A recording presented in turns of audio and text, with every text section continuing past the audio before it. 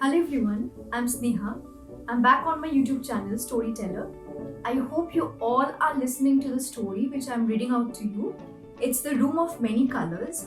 It's a very simple story where you will get to hear conversations between the father and a son who is very inquisitive, the writer himself. Then some of the childhood anecdotes which the writer has shared, which has really happened in the writer's life. So these are very exciting things. We as a child have so many questions, and as we grow up, we get to see so many things and we experience so many things. So these are all the compilation of these small anecdotes which the writer has given shape to a story. So let us read through it. I'll do it if it isn't too dangerous, I said. Then listen. She took my hand and drew me towards her.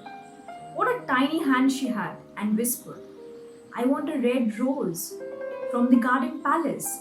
But be careful, don't let Dukhi, the gardener, catch you. He will know it's for me. He knows I love roses and he hates me. I'll tell you why one day. But if he catches you, he will do something terrible to me. No, to himself. That's much worse, isn't it? He will tie himself into knots or lie naked on a bed of thorn or go on a long fast with nothing to eat but fruits, sweets, and chicken. So you will be careful, won't you? Oh, but he don't hate you. I cried in protest, remembering the flower he had sent for her, and looking around, I found that I had been sitting on them. Look, he sent these flowers for your birthday. Well, if he sent them for my birthday, you can take them back, she snapped. But if he sent them for me, and she suddenly softened and looked coy, then I might keep them. Thank you, my dear. It was a very sweet thought, and she leaned forward as though to kiss me. It's late, I must go, I said in alarm, and turning on my heels ran out of the room and down the spiral staircase. Father hadn't started lunch or rather tiffin, as we called it then. He usually waited for me if I was late. I don't suppose he enjoyed eating alone. For tiffin, we usually had rice, a mutton curry, koftas or meatballs with plenty of gravy, which was my favorite curry, fried dal, and a hot lime or mango pickle. For supper, we had English food, a soup, roast pork, and fried potatoes, a rich gravy made by my father, and a custard or caramel pudding. My father enjoyed cooking, but it was only in the morning that he found time for it. Breakfast was his own creation. He cooked eggs in a variety of interesting ways and flavored with some Italian recipes which he had collected during a trip to Europe long before I was born. In difference to the filling of our Hindu friends, we did not eat beef, but apart from mutton and chicken, there was a plentiful supply of other meats partridge, venison, lobster, and even porcupine. And where have you been? Asked my father, helping himself to the rice as soon as he saw me coming. To the top of the old palace, I said. Did you meet anyone there? Yes, I met a tiny lady who told me she was a Rani. She gave me chocolates. As a rule, she doesn't like visitors. Oh, she did not mind me. But is she really a queen? Well, she is the daughter of a Maharaja. That makes her a princess. She never married. There's a story that she fell in love with a commoner, one of the palace servants, and wanted to marry him. But of course, they won't allow that. She became very melancholic and started living all by herself in the old palace. They gave her everything she needs, but she doesn't go out or have visitors. Everyone says she is mad. How do you know? I asked. Because she is different from other people, I suppose. Is that being mad? No, not really. I suppose madness is not seeing things as others see them. Is that even bad? No, said father, who for once was finding it very difficult to explain something to me. But people who are like that, people whose minds are so different that they don't think step by step as we do, whose thoughts jump all over the place, such people are very different and difficult to live with. Step by step, I repeated, step by step. You aren't eating, said my father. Hurry up, and you can come up with me to the school today. I always looked forward to attending my father's classes.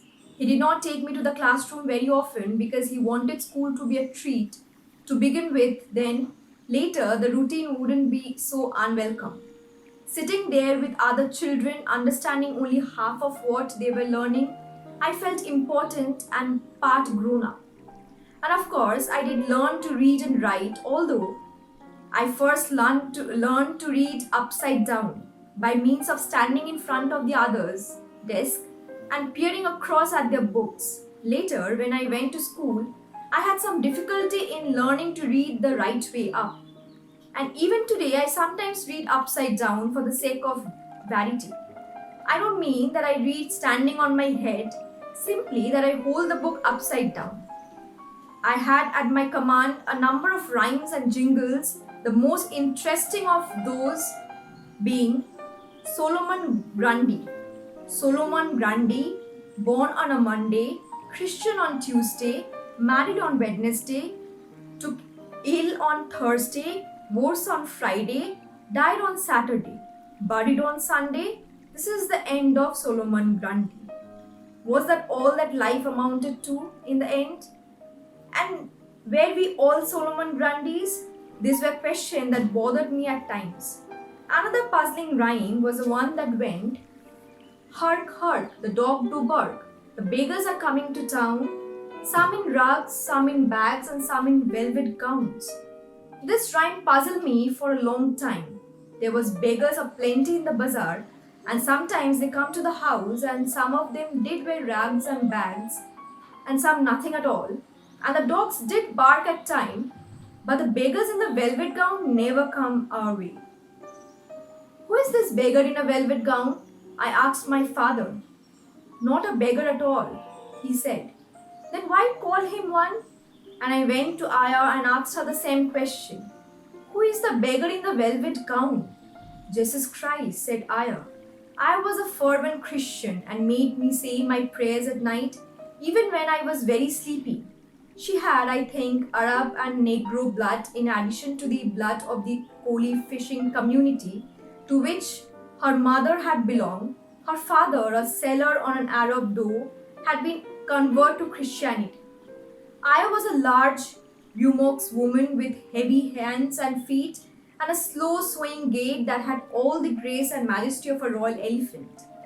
Elephants, for all their size, are nimble creatures, and Aya too was nimble, sensitive, and gentle with her big hands. Her face was always sweet and childlike. Although a Christian, she clung to many of the other beliefs of her parents and loved to tell me stories about mischievous spirits and evil spirits, human who change into animals, and snakes who had been friends in their former lives. There was a story of a snake who married a princess. At first, the princess did not wish to marry the snake, whom she had made in a forest. But the snake insisted, saying, "I'll kill you if you don't marry me." And of course, that settled the question. The snake led his bride away and took her to great treasure. "I was a prince in my former life," he explained. "This treasure is yours." And then the snake very gallantly disappeared. Snakes, declared Aya, were very lucky women if seen early in the morning. "But what if the snake bites the lucky person?" I asked. "He will be lucky all the time," said Aya with a logic that was all her own. Snakes! There were a number of them living in the big garden, and my father had advised me to avoid the long grass. But I had seen snake crossing the road, a lucky woman according to Aya, and then they were never aggressive. "A snake won't attack you," said father, "provided you leave them alone. Of course, if you step on them, it will probably bite." Are all snakes poisonous? Yes, but only a few are poisonous enough to kill a man. Otherwise, use their poison on rats and frogs. A good thing too. Otherwise, during the rains, the house would be taken over by the frogs. One afternoon, while father was at school, Aya found a snake in the bathtub. It was an early morning, and so the snake couldn't have been a lucky one. I was frightened and ran into the garden calling for help. Dukhi came running. Aya ordered me to stay outside while they went after the snake. And it was while I was alone in the garden, an unusual circumstance, since Dukhi was nearly always there, that I remembered the Rani's request. On an impulse, I went to the nearest rose bush and plucked the largest rose, pricking my thumb in the process. And then, without waiting to see what had happened to the snake, I started up the steps to the top of the old palace. So, in my next video, I'll continue from the portion which I am leaving today. I hope you all have listened to the first two part of this storytelling. If you haven't listened to it, you can visit my YouTube channel Storyteller, or you will get the links of the previous two videos there in the description box below. So you can click on those links and you can listen to those stories. So I hope you all are really enjoying listening to my storytelling. Please do comment how you are liking it. Like, share and subscribe to my channel. Thank you.